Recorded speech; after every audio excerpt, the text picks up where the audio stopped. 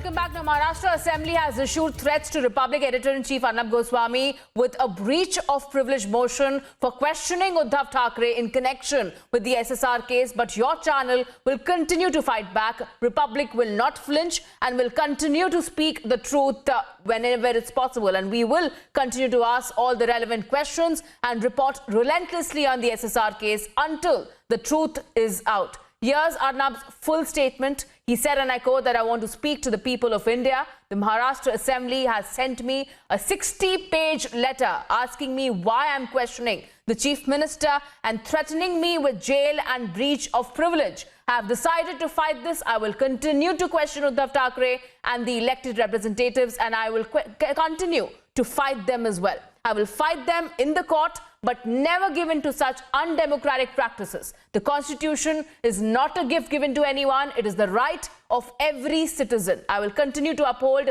that right, ask my questions, and exercise the right to report.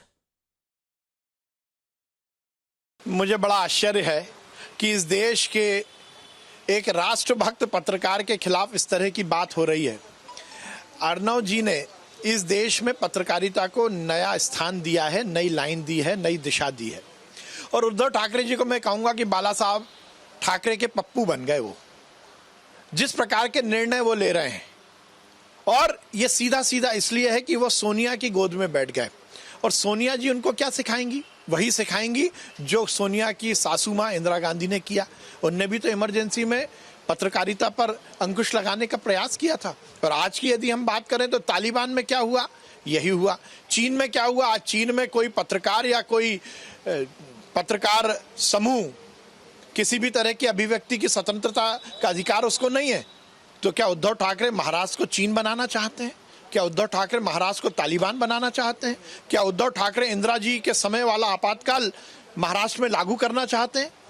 इस तरह के यदि प्रपंच उद्धव ठाकरे जी करेंगे तो वो बहुत लंबे समय तक सरकार में रह नहीं पाएंगे।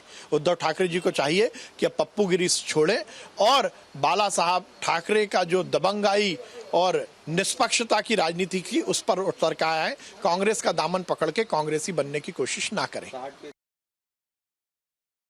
The breach of privilege motion that has been sent to Mr. Arnab Goswami by the Legislative Assembly of Maharashtra is extremely very sad. It is an attempt to gag the media. It is an attempt to destroy the fourth pillar of democracy. It is an attempt to misuse the legislative powers, wherein you are trying to stop media from reporting the facts, bringing justice in a case, and actually threatening media to send to jail if they don't toe your line. This is extremely sad and I condemn it.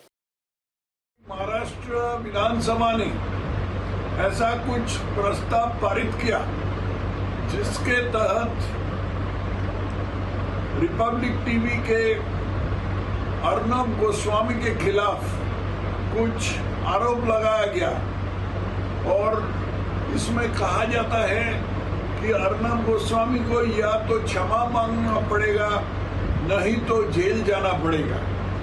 ये मैं समझता हूँ कि एक संवाद माध्यम के स्वतंत्रता पर एक भयंकर आक्रमण है, जो हमारे संविधान प्रणेता, जो हमारे लोकतंत्र का जो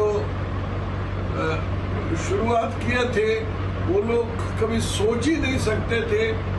और जो अभी जो सरकार मौजूद है महाराष्ट्र में, उनके एक पूर्व पुरुष जो थे बाल ठाकरे जी, वो भी नहीं सोच सकते थे। मैं इसको कड़ी से कड़ी निंदा करता हूँ। अर्नब गोस्वामी को मतलब नोटिस 50-60 पेज की भेजने का मतलब नहीं है। मुझे लगता है कि एक पत्रकारिता को आज़ादी होती है। बाबा साहब अम्बेडकर जी के संविधान ने सबको आज़ादी दी है और राजनीति के लोगों को आज़ादी दी है, पत्रकारों को आज़ादी दी है, न्यायालय को आज़ादी दी है। तो मुझे लगता है कि इसी तरह का नोटिस भेजने की कोई आवश्यकता नहीं है। लेकिन जानबूझकर मतलब जिस तरह सत्य चित्र जो है, सत्य जो जानकारी है, ये रिपब्लिक भारत टीवी के माध्यम से लोगों के सामने सब सच आ रहा है। 24 घंटा मतलब इसमें बहुत ज़्यादा से ज़्यादा इसी इशू पर मतलब रिपब्लिक टीवी अपना बयानबाजी उनकी होती है, तो इसीलिए सत्य चित्र वो सामने ला रहे हैं। तो इसीलिए मुझे लगता है कि उनका बदला लेने की कोशिश माननीय उद्धव ठाकरे जी की सरकार कर रही है। Arnab Goswami and Republic TV is doing their duty to protect democracy, to get justice to Sushant Singh and family. And for that, if they ask any question, try to get information. What is wrong? Why Thakre Sarkar and Parivar is afraid of that to abuse the power? BJP don't agree with that.